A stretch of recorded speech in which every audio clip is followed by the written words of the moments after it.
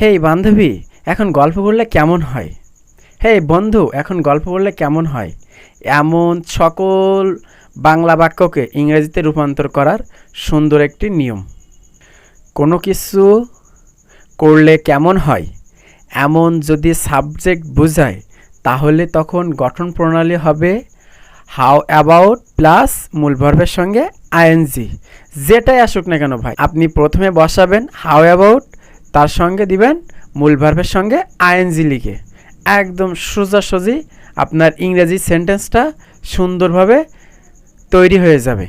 এখন গল্প করলে কেমন হয়? How about gossiping now. How about gossiping now. এখন ভাত খেলে কেমন হয়? How about eating now. How about eating now. এখন ফুটবল খেললে কেমন হয়? How about playing football now.